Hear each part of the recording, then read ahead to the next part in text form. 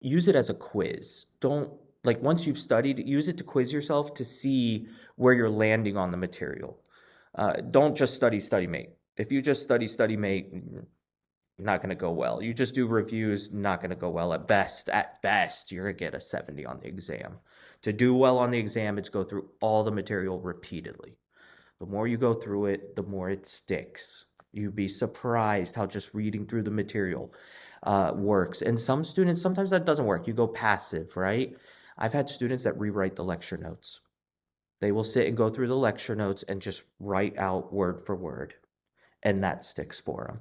And what happens is, as you do that, the next time you go through, there's certain topics you don't write those, and you write less and less. And that's actually my wife. That was her technique in pharmacy school, and she was a little bit of a nerd. She got a 4.0. She was top of her class, but that was her technique. She would build her notes as they're going through, and then she would rewrite them. And when she knew topics, less and less. Day before the test, she was down to 1 page, maybe front and back on it. That's it. That was her technique, and it worked, right? She counts to 30 better than any other. It's a pharmacy joke. She's a pharmacist. Come on. No. All right. Someone signed in. Just want to make sure I got everyone for attendance purposes. Okay. Just missing one.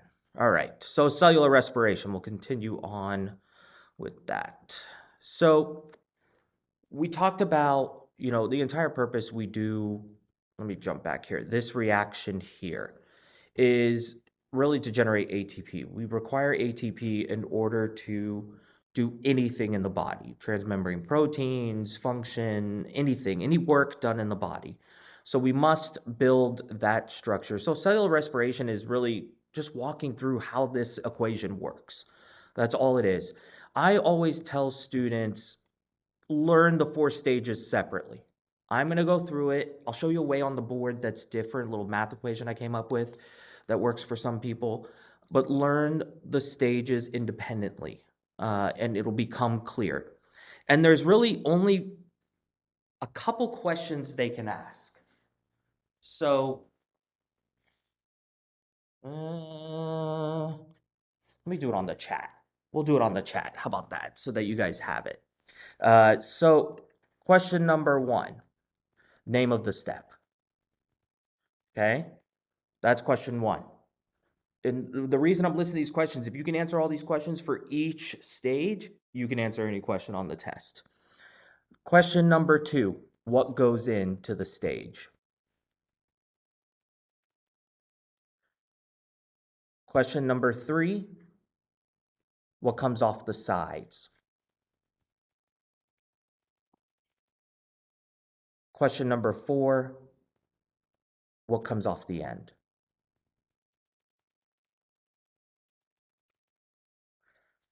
There really isn't anything they can ask besides this. It's either what goes into the stage, what's the name of the stage? Oh, where it happens. Sorry, that's the other question, where it happens, where the stage happens. Knew I was missing one.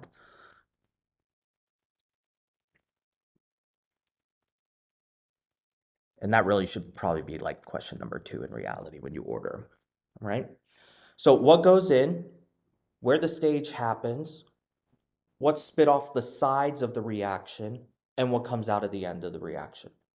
That's really the only questions that can be posed for this, okay? So I pulled this image from our micro book because it's a really great image. It's a great overview. So here's glycolysis. Then we have formation of acetyl-CoA, Krebs, etc. The green represents it needs oxygen, but you'll notice glycolysis lays on fermentation and cellular respiration because he can actually work in the absence of oxygen. So he is the first step. Glycolysis is the first step for fermentation or cellular respiration. After that, to continue in cellular respiration, we must have O2. See, we can't do in our bodies what's called carbon fixation. Carbon fixation is the attachment of carbon to another molecule. So we require the oxygen that we breathe in to come in, and as we rip a carbon off this glucose molecule, that we can stick the carbon to it. So if there's no oxygen present, we divert to fermentation. Okay? All right. So, glucose, 6-carbon structure. Any monomer that you use. So remember, C6H12O6. In reality, all the energy, when we're focused on where the energy comes from, are these hydrogen ions. So what we're going to do effectively is, this is a mitochondria. This is the intermembrane space. Is there anything in there? We're gonna put hydrogen in it, but is there anything else in there? No. What happens? So that's what we're gonna do. We're gonna put all those hydrogen ions in here. What happens when you put a lot of hydrogen ion in something? It becomes acidic. The pH lowers and it becomes acidic. It is safe for us to do it in there because there's nothing else in there. What we're going to do is see there is a transmembrane protein called ATP synthase. What does it mean to synthesize something? To create, make, build. Well, don't get it overcomplicated here. What does he make, build, create? ATP. So we're creating a lot of hydrogen in here, no hydrogen in here. What does that mean? You have a high, you have a low. What have I created? I have one side that has a lot, one side that has very little. There's a term for this I'm looking for. Anyone at home? Imbalance. It is imbalanced. It wants to balance itself. What? It wants to do diffusion, and it's doing that across a concentration gradient. We saw that somewhere. AP1, isotonic, hypotonic, hypertonic solutions, yes? Concentration gradient, I have a high and a low. So what does it want to do? It wants to diffuse across the membrane. The only way for it to pass is through ATP synthase. It's the same analogy as like what are those things on like a river, and they have the big wheel to drive, like to make flour? The mills, like back in the day, that's how they would, to create energy, the water would drive that wheel and it would rotate assemblies inside, and they could use that to have energy. That's exactly what we're doing here. What's going to happen, this guy actually spins, and he has ADP and he has phosphate, and he ratchets them closer, boom. And we're using that hydrogen ion to actually make him spin, the charge in it, and repelling from the membrane. Okay? So this entire process is, how do we get the hydrogens off? How do we shuttle them there? And then how does it drive that reaction?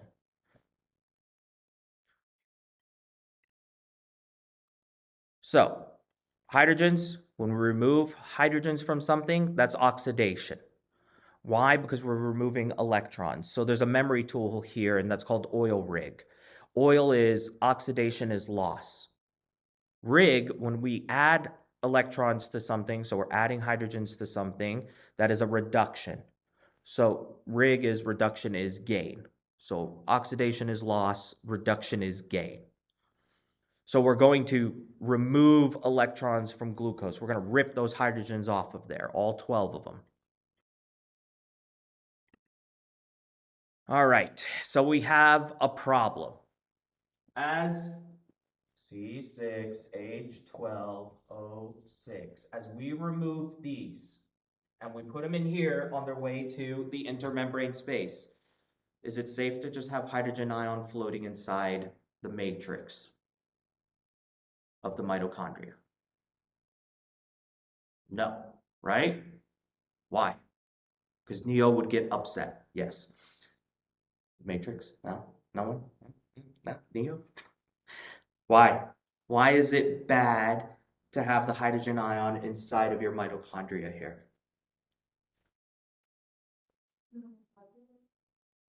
Too many positives. So what's going to happen to pH? It's going to decrease. It's going to become acidic. What structures are inside the matrix that would get destroyed?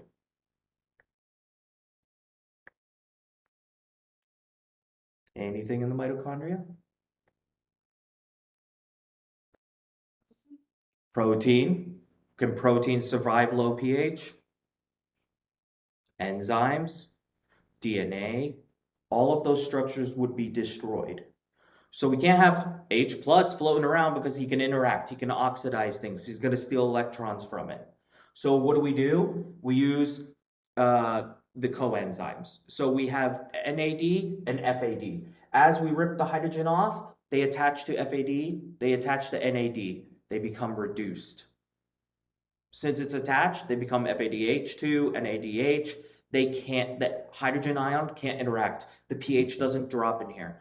They'll bring them over here to the ETC, electron transport shuttle. They're just a bunch of proteins here. They'll grab the hydrogen, shove them into the intermembrane space.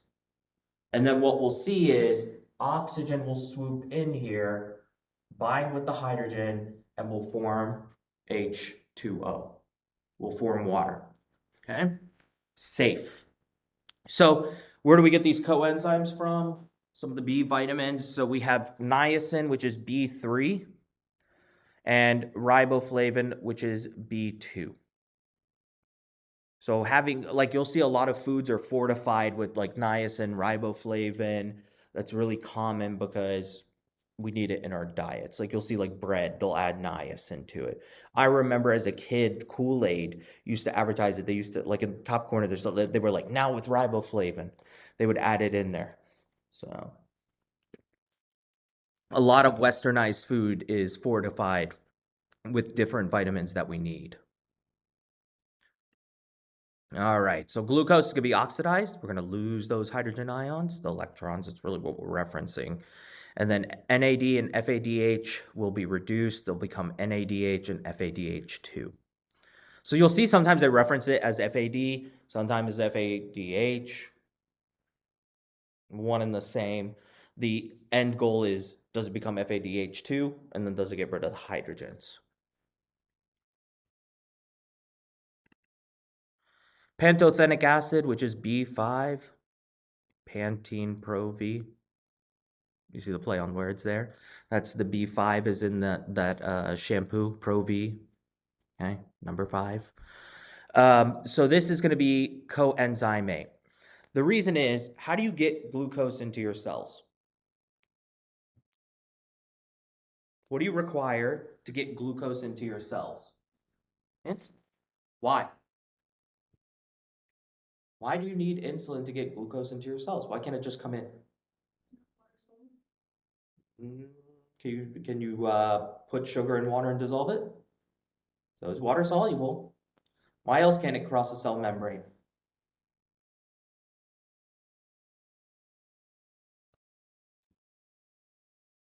It's big. It's too big. It's simple as that. It's too big. The structure is too big to just pass through the cell membrane. So we use a transmembrane protein that is activated by insulin so glucose can get into the cell. So now he's in the cell. The problem is, in the very first step, we're going to take this 6-carbon structure and we're going to break it in half. It's fine. When it's 3 carbons, it's still too big to get out. The problem is when we get rid of another carbon and it's a 2-carbon structure, it is now small enough to leave the cell. That's where coenzyme A comes into. We stick it on that 2-carbon structure, it can't migrate out of the cell. It's stuck in there. Stuck inside the mitochondria to be exact. We can use it. That's the whole reason for this pantothenic acid or coenzyme A. Okay. When he's stuck to him, he forms acetyl-CoA. It changes chemical formula, so when the 2-carbon structure has that coenzyme A on it, he becomes acetyl-CoA. All right, so this formula, you must have memorized all these fun numbers. So we eat glucose. Remember, we use this because it's a standard. It's always C6H12O6, any monomer of or monosaccharide of carbs. We breathe in 6O2, and then what comes out? 6CO2, 6H2O, 38 ATP. Anything else? We got water here. Heat. Heat is the other component. So this is in part what keeps us warm. This is how we thermoregulate.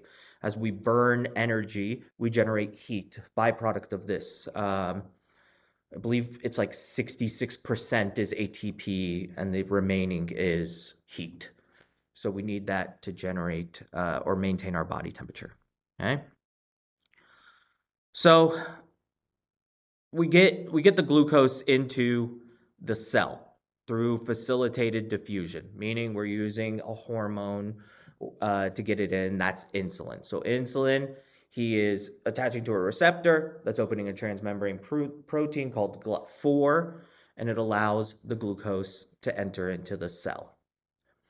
We do a process called phosphorylation. So how I was telling you guys, it's big, the 2,6 carbon structure, and when we break it down, we do stick phosphates on the end because that does help it not migrate out. Even in the 3 carbon structure, it could get out. So the little phosphates on the end, that's the phosphorylation. Keep it in there. Where do we get phosphates from?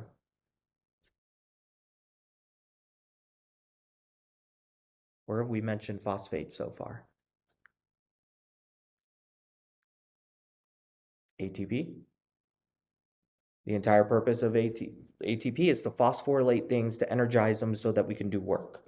So that's what we do. We use 2 ATP here, attach it to this 6 carbon structure. So we have on the ends here, phosphate, phosphate. Now when in step 1, we break this apart, it's too big to migrate out. So that is often referenced as the energy investment phase. You're putting energy into it. When we split it through glycolysis, it becomes pyruvic acid. Let's do it with the questions. Okay. Name of the step. Question number 1, glycolysis. Where does it happen? That's question number 2, cytoplasm. Question number 3 is, what is spit off the sides? This is where NAD comes into play. He picks up hydrogen. So we get 2 NADH. We also generate 2 ATP. This is the only step we're going to talk about that it's anaerobic. Okay? What comes out the end? 2 pyruvates. So name of the step, glycolysis. What goes in? Glucose. Where does it happen? Cytoplasm. What comes off the sides? 2 NADH, 2 ATP. What comes off the end? 2 pyruvic acid, or 2 pyruvates. You may see it referenced that way as well. There's nothing else to ask about glycolysis. That's it. Okay?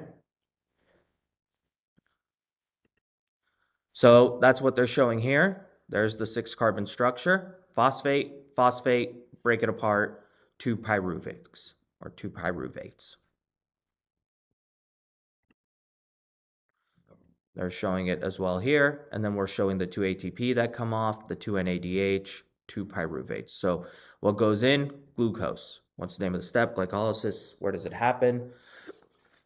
Cytoplasm of the cell. What's spit off the sides? 2 ATP, 2 NADH. What comes out the end? 2 pyruvates.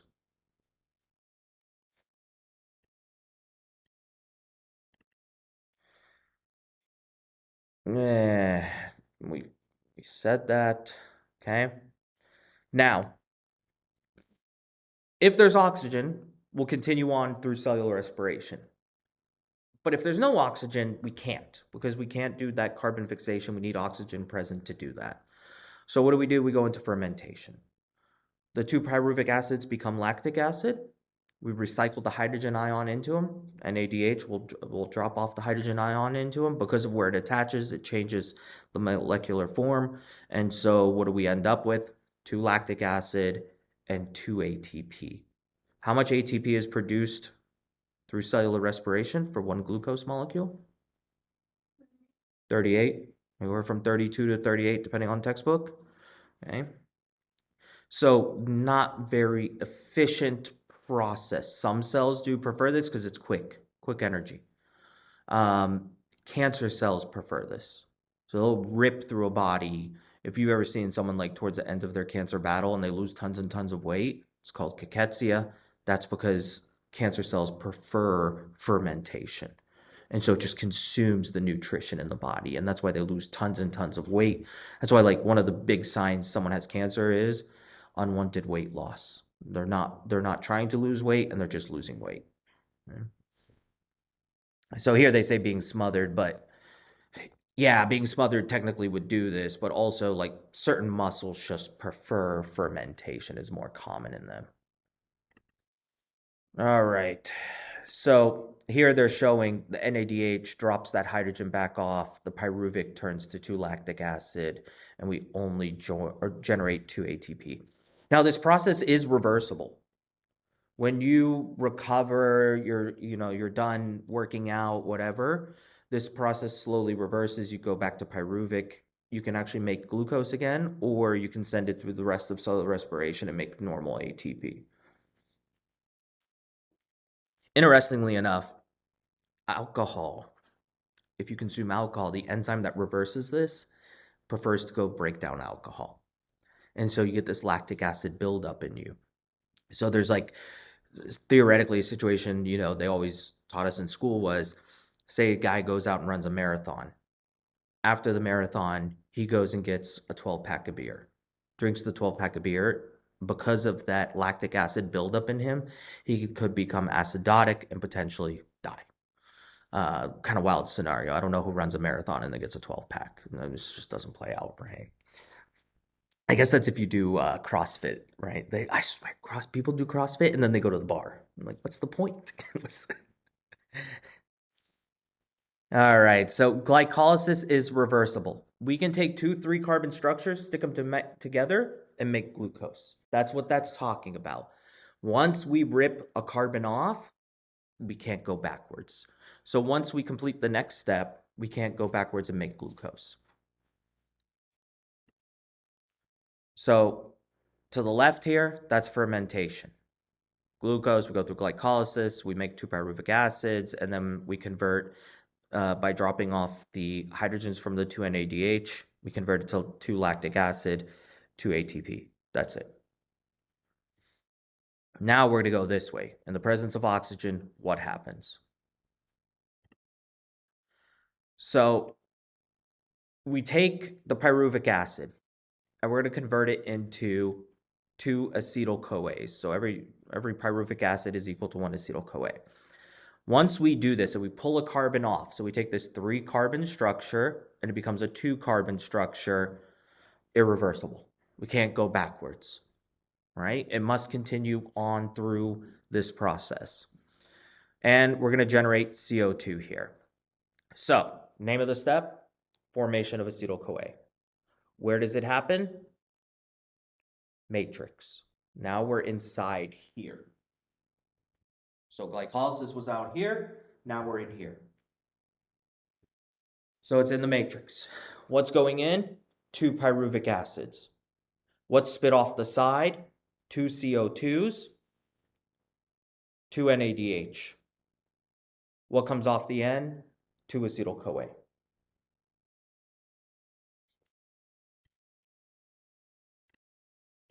So in this image, they're showing half of it, right? They're showing 1 pyruvate, 1 acetyl-CoA, 1 NADH, 1 CO2. But we do this twice. We have 2 pyruvates. So 2 pyruvates go in, 2 NADHs off the side, 2 CO2s off the side. We end up with a 2-carbon structure. And because it's so tiny, we attach that coenzyme A, that B5 or pantothenic acid to it. Ooh. All right, so we're continuing on. Then we go through Krebs. Krebs is pretty wild what it does. Lots of things happening here. Okay, so Krebs cycle. Where does it happen? Matrix still. What goes in? 2 acetyl-CoAs. What comes off the side? This is where we see a lot of things produced. 4 CO2s. How many carbons went into this step? How many carbons did you put into Krebs cycle?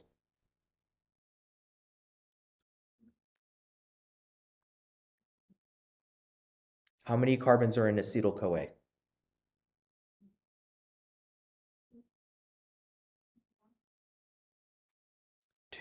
Two in each acetyl-CoA. Those two gray circles represent 2 carbons. You have 2 acetyl-CoAs. So the only carbon here when we talk about going into Krebs are the 4 that are creating the 2 acetyl-CoAs. So when we get rid of 4 carbons here as CO2, there is no carbon backbone anymore. The structure is annihilated. At this point, glucose does not exist anymore. We have completely broken it down. We then get 6 NADH, 2 FADH2, this is the first time we've seen them, and 2 ATP. So what comes out the end? Nothing. In Krebs cycle, nothing's coming out the end because we've completely broken down the carbon backbone. Glucose no longer exists. So, how much ATP in total have we produced? From glycolysis to here. Did we produce any in glycolysis? 2. Did we produce any in the formation of acetyl-CoA? We did not. And then did we produce any in Krebs? 2, right? So we have a grand total of 4. How much CO2 did we produce from start to finish? How many carbons did we start with? 6.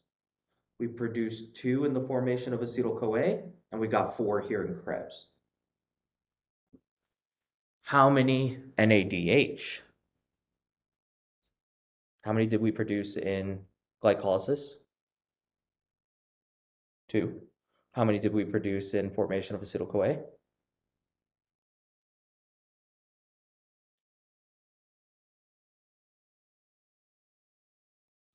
2. And then here we produced 6. So our grand total is 10. Did we produce FADH2 anywhere besides Krebs? So the only 2 that we have are from Krebs cycle. So now we have these 10 NADH, these 2 FADH2s, and we're going to drop them off at the electron transport chain. Those are the hydrogens that are going to be in here. Those are the hydrogens that are going to generate all the ATP in reality and eventually water. So here they're just showing like the chemical formula, all right? We don't got to worry about all that. And that's just like the overview. So glucose is gone because we destroyed that carbon structure. He no longer exists. We've got our 6 CO2 because 6 carbon structure. So that's the 6 carbons and the 10 NADH and the 2 FADH2s. Now these guys are going to carry it to the electron carriers. These are transmembrane proteins. They're located in the crista. So this lining right here, or the inner membrane, we'll reference it that way sometimes, and they will drop off the hydrogens. Now, depending on the textbook you look at, this is where that 32, 38 ATP difference comes from. In our textbook, we say for every NADH, it's equal to 3 ATP. Some textbooks kind of differ on that a little bit.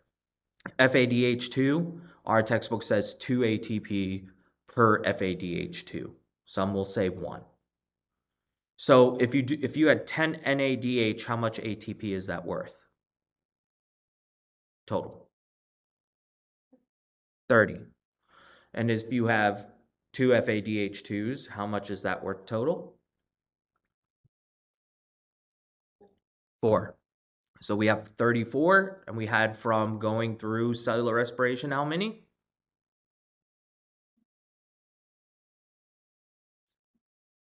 4, right? We had 2 from glycolysis, 2 from Krebs. So a grand total of 38. That's how we get to 38. Okay. So that's what they're calculating there.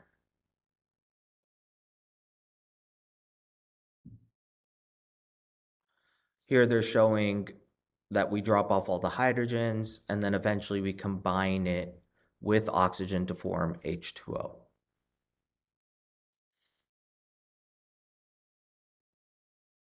This is just an overview of everything, showing where we get all the NADHs from, the FADH2, and then finally forming water.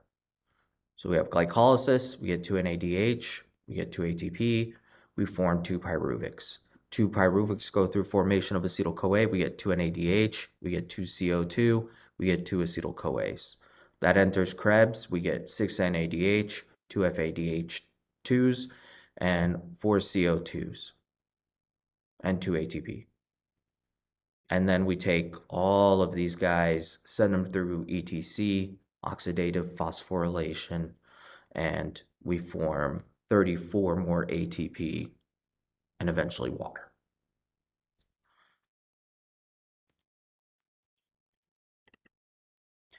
Chemiosmosis, that's just referencing the movement of chemicals across a gradient. They're talking about the hydrogen ion being in that intermembrane space, creating acidity. Now we have a high and a low, and it wants to flow across. It'll cross and it'll use ATP synthase, not ATPase. The notes are wrong there. Okay? ATPase would mean it breaks down ATP. We don't want to do that here. We want to build synthase. So as that hydrogen crosses, we rely on oxygen being inside the matrix there and combining with it, forming water.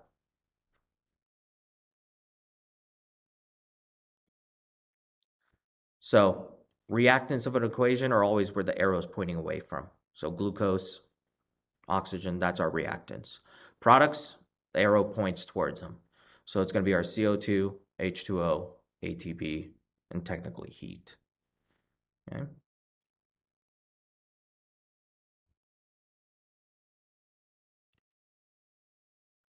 I'm going to show you guys something else on here. Let me switch to the camera because I think it's larger that way. If I remember, share content. Where's my camera? Oh, camera. There we go. So you guys can see the board a little better. And I believe you guys can zoom. I can zoom too. There we go. All right. So I was working with a student. They were really stuck on this, having a difficult time with it. So we kind of worked on the board, and that is horrible. What just happened there? We worked on it a different way, and I just started using it and teaching it because if you're a math person, it works. Let me just get this erased nicely. Staring at this mess. Some of these markers just refuse to erase. I don't know why.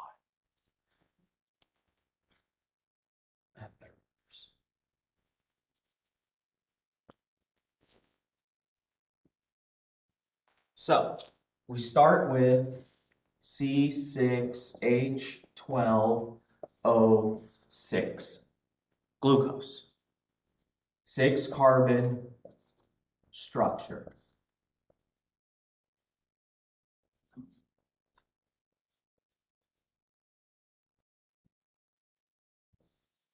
What is step 1? Glycolysis. Where does glycolysis happen? Cytoplasm. Let me just switch to chat in case someone chimes in. Where's my chat? There we go. Okay. So cytoplasm.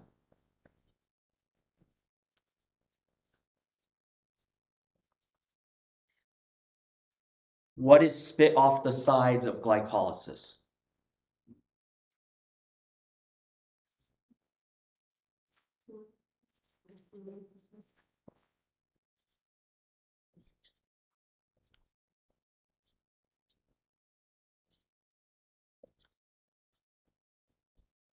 Two NADH, 2 ATP. This is where it gets wonky. If you do this in front of a chemist, then they might like smack you, okay? How did the NAD become NADH?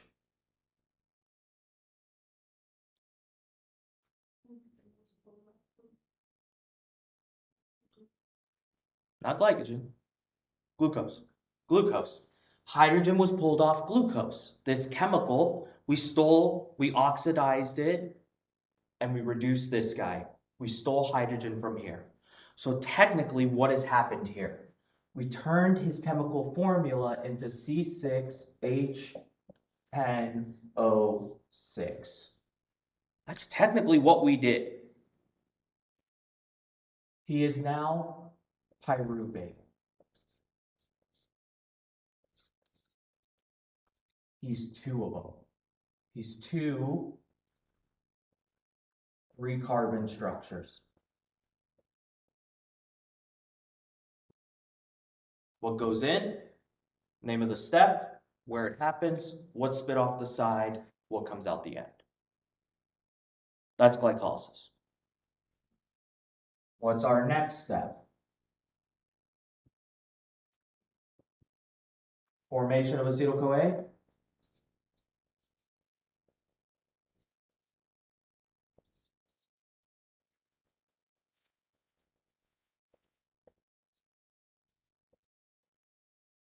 Where does that happen? Matrix. He's hanging out with Neo. You guys have seen the Matrix, right? Yeah, no. Homework assignment. Watch them. They're good. So it happens in the Matrix. What is spit off the sides?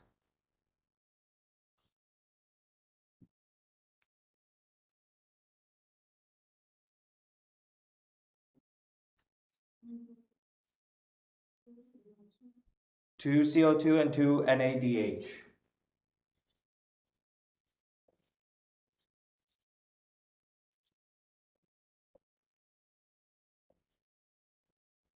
It's really hard to write it like that. All right. So what happened to the chemical formula?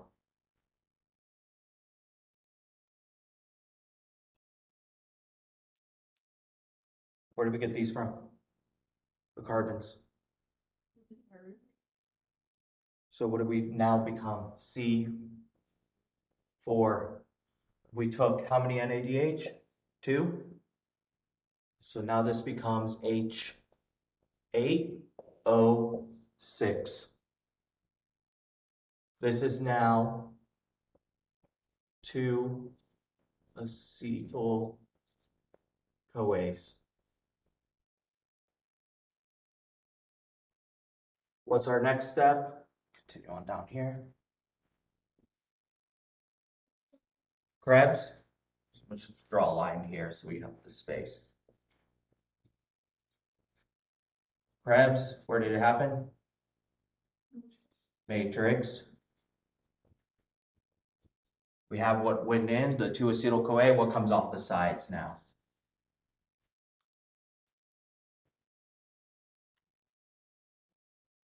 Do we end up with a glucose structure at the end of this?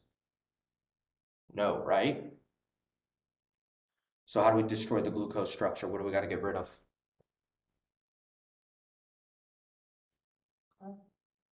The carbon. How many do we have? 4. So what should I spit off the side? 4 CO2. What else do I spit off the side?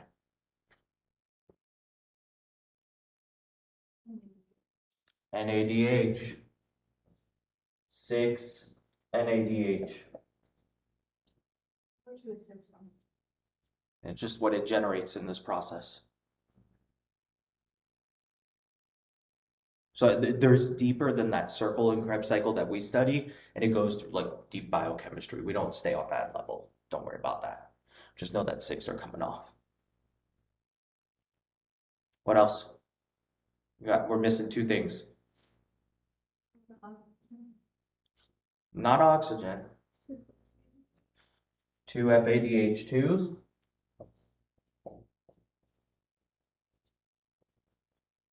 And one more thing. ATP. 2 ATP. What am I left with? Do I have any carbons left? No. No carbons left. Do I have any hydrogens left? No. 6 plus 2 is 8. I had 8. They're gone. So what am I left with? Oxygen. So I always remember he's the final guy. He's referenced as the final electron acceptor.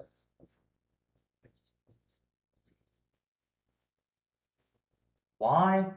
It's not necessarily this oxygen, but the oxygen we breathe in binds with the hydrogen that's left over when we shuttle this through the ETC.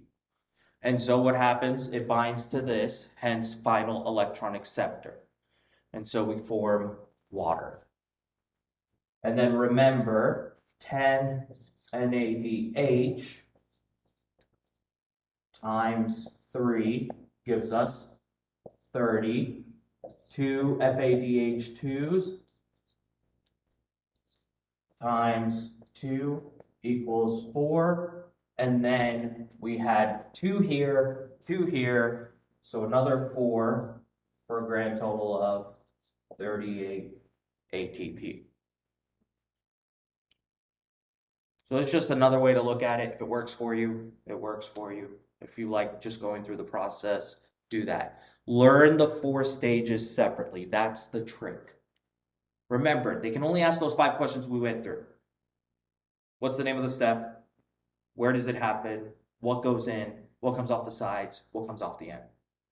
That's it. The only other way we can alter this, what if I say 2 glucose molecules go in? What happens to all the numbers? It doubles. Half a glucose molecule goes in. Cut the numbers in half. That's really the only way you can alter this. Okay?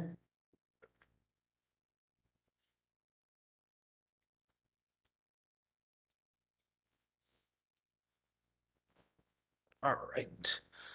Switch back to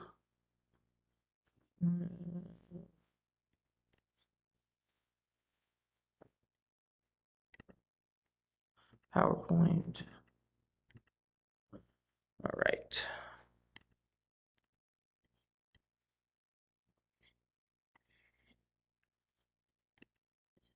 Chat. So we don't only eat carbs, right? We don't only eat glucose. So what about fat, protein? All it's going to depend on how many carbons they have in them. If I told you, just jumping back here for a second, this step right here is reversible. If you have pyruvate, you can go back and make glucose. That's gluconeogenesis, technically. We're making glucose. But really, we only use that term when we're talking about making it from fat or protein. It has to be a 3-carbon structure. If you eat a fat that's a 3-carbon structure, or a protein, you can make glucose. We know this because take a diabetic, put them on the keto diet, could their glucose levels still be high? Because they're ingesting glucose. Technically. They're making it. 3-carbon structure, carbon, hydrogen, tail, carbon, hydrogen, tail, carbon, hydrogen, tail, carbon, hydrogen, tail. What am I drawing? This continues all the way down. A what? Triglyceride. A fat. There's your 3-carbon structure. All these hydrogens, boy, that's a lot of energy. That's why fat packs so many calories. That's really the reason. This basic equation, right? Protein structure, they're either going to be 3-carbon or 2-carbon. So if I have a 2-carbon structure, kind of draw it here, right? Can I go back this way? I can't. Only 3-carbon structures. So if you intake a 2-carbon structure, it continues on through here and makes energy that way. That's what we're going through in the next part here. Okay?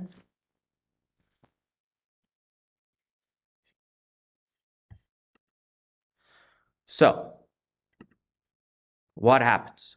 If you eat something else, it's going to pop into one of these areas. And all it matters on about is how many carbons we intake. So depending on which of these fats you intake, depends on where it pops into that process. So saturated, unsaturated, trans fat. Let's simplify this. We're kind of being sold a gimmick. In reality, there's really no difference between them other than how many hydrogens they have. Saturated fat have enough hydrogens in them that they don't get these kinks in them. There's no double bonds. There's no kink. Unsaturated fat, they're missing some hydrogen bonds depending on how unsaturated they are. And so they get some kinks. They're less energy packed. Trans fat. All a trans fat is, we hydrogenated an unsaturated fat and turned it into a saturated. So some examples here. Saturated fats are animal fats. Unsaturated fats are olive oil. They're liquid at room temp. Trans fat would be hydrogenated vegetable oil, aka Crisco. That's Crisco. Right? They're all the same. The only difference is when you get on like the medical level and you're talking about this hydrogen ion, excess hydrogen ion in like a saturated fat or a trans fat would affect like the endothelium of your blood vessels a little more because it's going to oxidize them. But in reality, on the grand scale of things, fat is fat. There is no difference. You see all these packaging, no trans fat, no saturated fats. It's kind of a gimmick. There's no such thing as, in my opinion, good fats. If you pour tons of olive oil all over your salad, you may as well just pour ranch on there and actually enjoy your salad. Okay? Put some bacon bits while you're at it. That's the only way to eat a salad. No one likes straight salad. If you like straight salad, we need to have a conversation. My wife made me eat a salad the other day. Blah. All right. So that's really the difference. Now, can fats dissolve in water? No. So what must we do after we absorb it to make it be able to go through our lymphatics and our bloodstream? Attach it to a protein. That's the chylomicrons. I think I told you guys I drew blood on a lady and I could see them.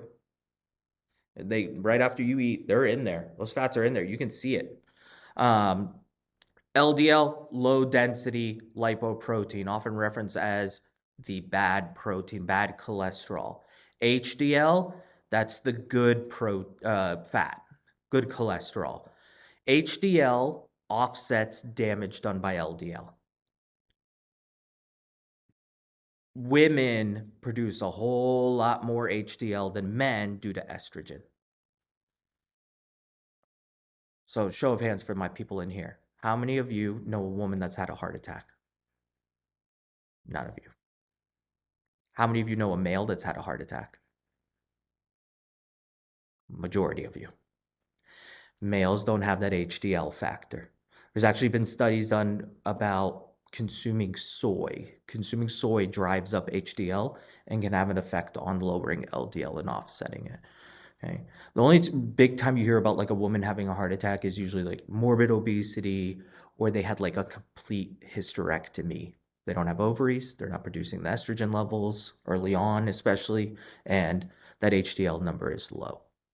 So a lot of when you look at studies, not studies, but guidelines and whatnot, especially for heart health, all of that cardiology, a lot of them are starting to go towards this LDL HDL ratio. They're looking at that ratio, and it may be a bigger factor than just looking at straight LDL. We're still kind of learning about this. So lowering LDL is still important, right? Because that's still going to up the ratio. You're going to offset the ratio. For me personally, I suspect I have what's called familial hypercholesteremia. My LDL started going up when I was 18. On my last check, I think I was at 230 something. It should be below 100. Some doctors will push for below 70 as a goal. Now, when you stack in a patient has high blood pressure or diabetes, those numbers are driven down even more aggressively because those are comorbidities increased risk of having like heart disease, failure of vessels, stuff like that. Okay. So this increase of coronary artery disease, arteriosclerosis, that's hardening of arteries. That's what happens over time. They build up plaques, the plaques clog, and heart attack. Not enough oxygen the to the heart, and we get ischemia, and we get cell death. If there's no oxygen, we can't undergo cellular respiration, we can't do work, cell dies. So cellular respiration is crucial. So yeah, I tried a bunch of medicines over time, Lipitor, I don't remember, pitavastatin, forget which, and it's just crazy. Like these statins, that's what we use. Statins are like the goal here. I remember the first one, I had incredible like muscle pain, which they used to pull you off of it. Now my wife was telling me they'll re-challenge you with a different one. They're getting a little different with that. And then brain fog. The second one I tried was brain fog. It was so bad that one time, like we used to live next to the gym and usually we'd walk there. And one time, I guess it was raining or something, and I drove us there. I drove. We walk out of the gym and I turn and start walking home. And my wife's like, "Where are you going?" I was like, "I'm walking home." She's like, "But we drove here." I was like, "No, we didn't." I couldn't remember I drove in a span of maybe an hour and a half. That's kind of wild. And I'd be teaching and I'd just blank, could not recall things. I mean, it's normal. You kind of forget stuff here and there and like terms or whatever. But I would just blank, like entire like subjects, just gone. And that's that brain fog patients will complain about with it. And then the last drug, it was lowering it. My LDL got down to like 140s, but then my liver function tests started going through the roof.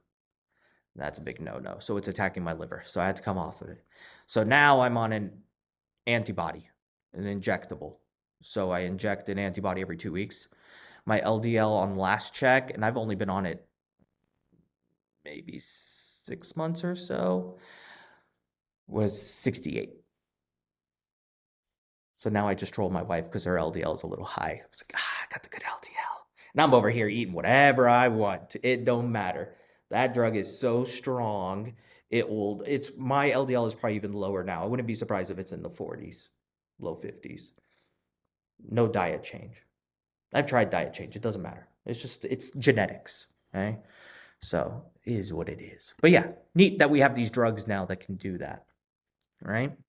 So fat metabolism, there's that 3-carbon structure that can become glucose, or it can go through the process as pyruvate, jump in there, continue on, and we make energy, ATP.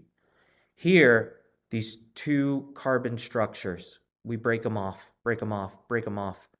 and we use those to jump in as acetyl-CoA and make energy. It cannot become glucose. So glycerin portion, because it is a 3-carbon structure, that can become as pyruvic acid. If we turn it into glucose, that's gluconeogenesis. Glucose, new, genesis, make, beginning. So we're turning that fat into glucose. And that's why I was saying on the keto diet, all you eat is protein and fat. How are these guys still having high like A1C, which is the measurement for glucose over a 3-month time? Why is their morning blood glucose elevated? They're eating too much calories. That's really what it comes down to. If they cut back, the glucose level can drop, potentially. Okay? So gluconeogenesis is making glucose from non-carb sources. Right? Beta oxidation, that's removing those 2-carbon structures on the tails. They become acetyl-CoAs. It says it's reversible here because we can build these structures. Eat too much glucose, eat too much of anything, and you can turn it into fat. Eat straight protein all day long. Those 2 carbon structures in the amino acids can become fat. It's all about calorie control. You look at like every diet out there, in reality, that's what it is. It is a attempt to control how many calories you consume. It doesn't matter what food you eat. You can convert it into whatever you need, right?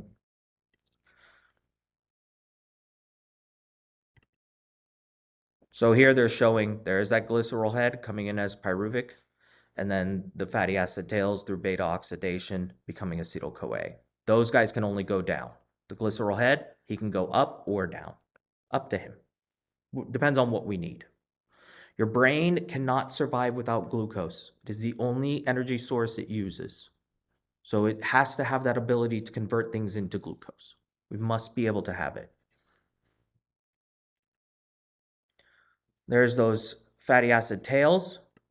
And from here is where we get ketones. Ketones are these structures as we break them down. And you'll see like when people do like keto, and that's why it's called keto, is that in their urine, they'll see ketones. When you break down fat in your body, you see ketones. When you aggressively break down fat, as seen as in DKA, you'll see ketones, diabetic ketoacidosis. Ketones are acidic. And so what happens in a diabetic, because they don't have insulin, they can't get the glucose into the cell, what's effectively happening to the cell? Are your cells eating? So what's happening? Starving, right? They're starving. So you rapidly start breaking down fat. So typically a type 1 diabetic, they're skinny. Even though they're putting food in their mouth, it's not being absorbed into the bloodstream. So they break it down very rapidly. They'll go into this insane rapid breakdown and they become acidotic, hence diabetic ketoacidosis. And what do you see them doing? When they come in, they're doing what's called Casumals. They're passed out and they're, why are they breathing rapidly?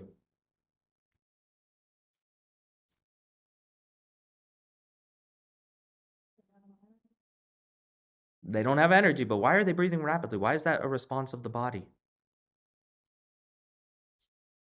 What do you breathe out? Carbon dioxide, what else? Hydrogen ion, water. We breathe out hydrogen ion. We urinate it out and we breathe it out. So when we get into blood, we'll see that. We'll see how we transfer hydrogen ion out the lungs and breathe it out.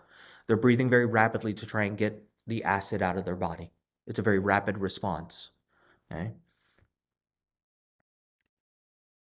So ketogenesis, that's where we're breaking down all these acetyl-CoAs or releasing these acetyl-CoAs from fat, and they form ketones as they combine. Ketones are acidic. And here, they say starvation. That's tough. Really, type 1 diabetics, some type 2 diabetics can go into DKA. Starvation, maybe in an extreme situation where, someone is marooned on an island and starving, but even then, you're going to break down the protein in your body. Your body actually prefers to go for protein first, and then it goes for fat. You're going to break all that down. Now, when you get to that extreme end point of starvation, yes, maybe they could go into DKA. Most likely, they're just going to go into organ failure and die from that in reality. So making ATP from proteins. So depending on the protein structure, how many carbons it has is going to decide where in this process it can go. So if it's a 3-carbon structure, it comes in as pyruvic, it can become glucose. So we can turn that chicken you ate into sugar, the steak you ate into sugar.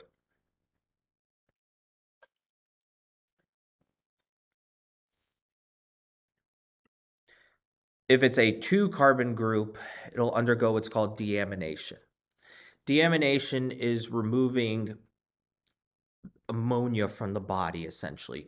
We are converting NH2 and getting rid of it out of the body.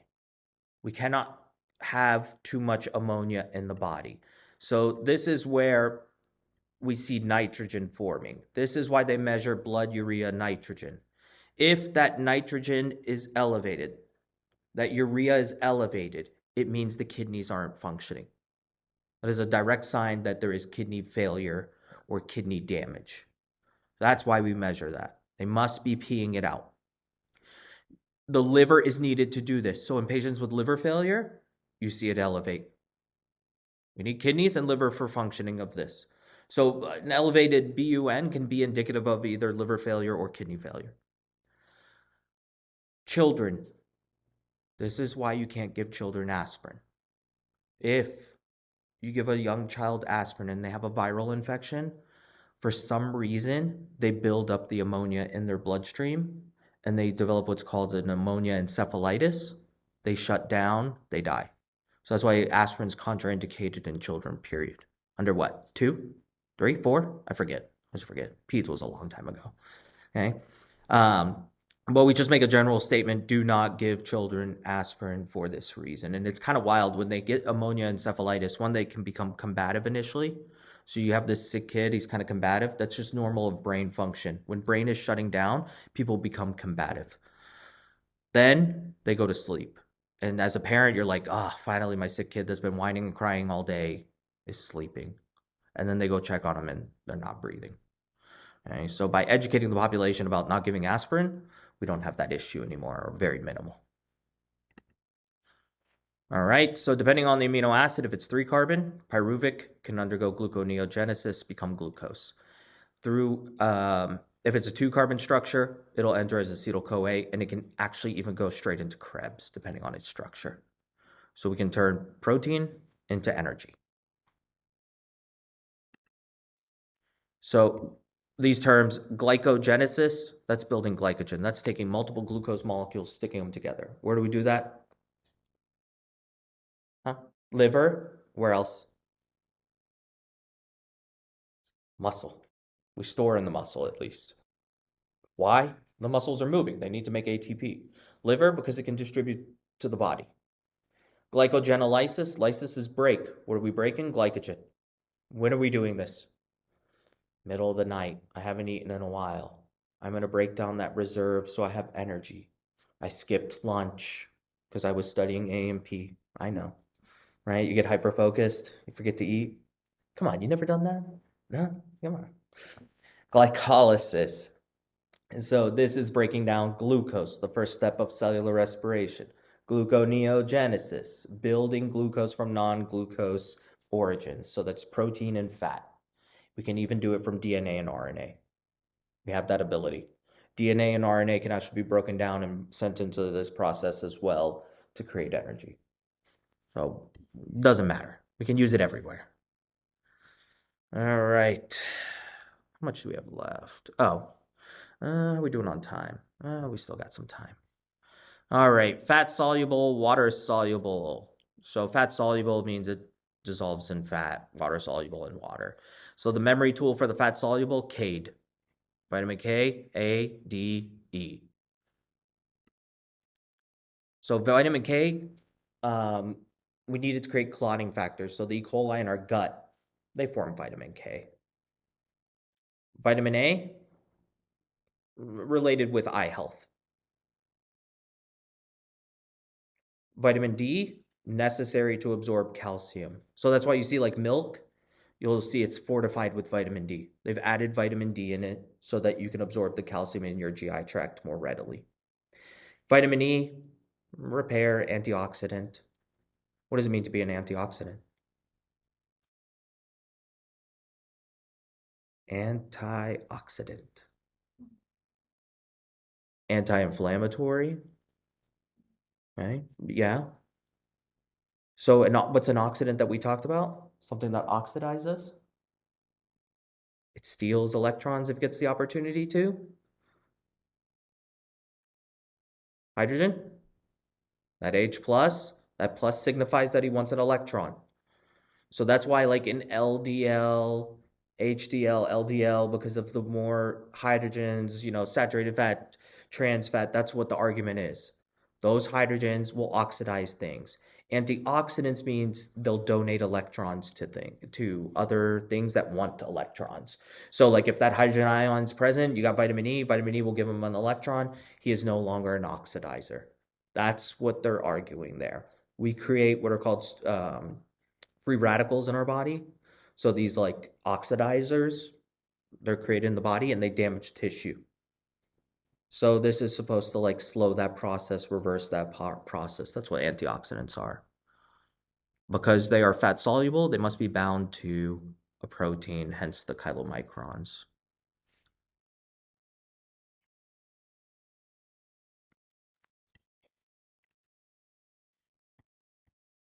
Vitamin C is another antioxidant that they talk about. So that's why you see, like, they put vitamin C in everything. Vitamin C actually has no role in your immune function. It's a gimmick. Nothing. Yeah, nothing. No proven. Okay? You want to take it for the antioxidant purpose? Sure. Vitamin B, we talked about a few of these. Actually, we talked about all three of these: niacin, riboflavin, and pantothenic acid. We ran through these. Another gimmick is B12 shots. Unless you are truly B12 deficient, you should not be taking B12 shots. To be B12 deficient, you pretty much got to be a vegetarian.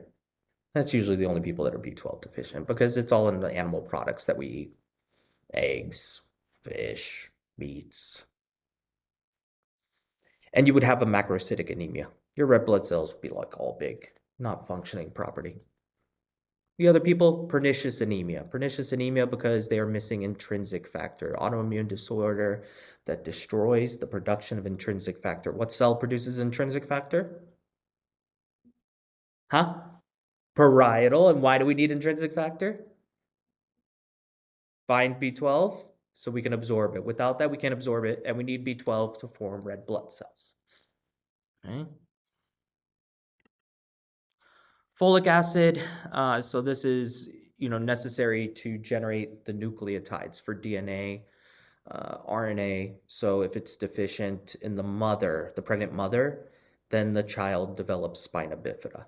That's usually what's correlated with that. So that's why like prenatal vitamins are heavy in folic acid, B12, all of that to help protect the fetus. Remember, like on OB-GYN, my preceptor would always tell women, if you are fertile, like you produce eggs still or release eggs still, you should be on a prenatal vitamin. And the logic there was by the time you realize you're pregnant, the fetus could have already developed spina bifida. And you're chasing, and like it's not going to happen at this point for you to recover from that. The fetus can't. The reason being organogenesis happens at week 3. Starts at week 3 of fetal life. A woman ovulates 2 weeks before period. So she gets pregnant. 2 weeks, she should have her period. By the time she realizes her period is potentially missed, could be a week, we're already at 3 weeks. Potentially she's at 4 weeks before she realizes, taking a pregnancy test, realizes it. Organogenesis is already happening. So that's why he was just being proactive. It's a prenatal vitamin. A lot of people take multivitamins. Just take a prenatal instead. Okay? B12, like we mentioned, RBC formation. All right, I'm going to stop there. Any questions? We don't have too much left in this PowerPoint, so Wednesday we'll finish this. If you guys have any questions, we'll do review. If not, I'll just move on into blood. I'll jump us ahead since we lost a day because of MLK. Cool. Any questions at home? No.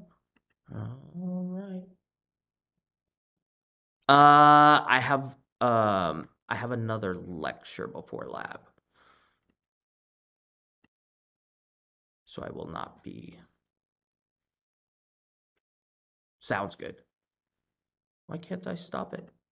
Stop. Stop recording.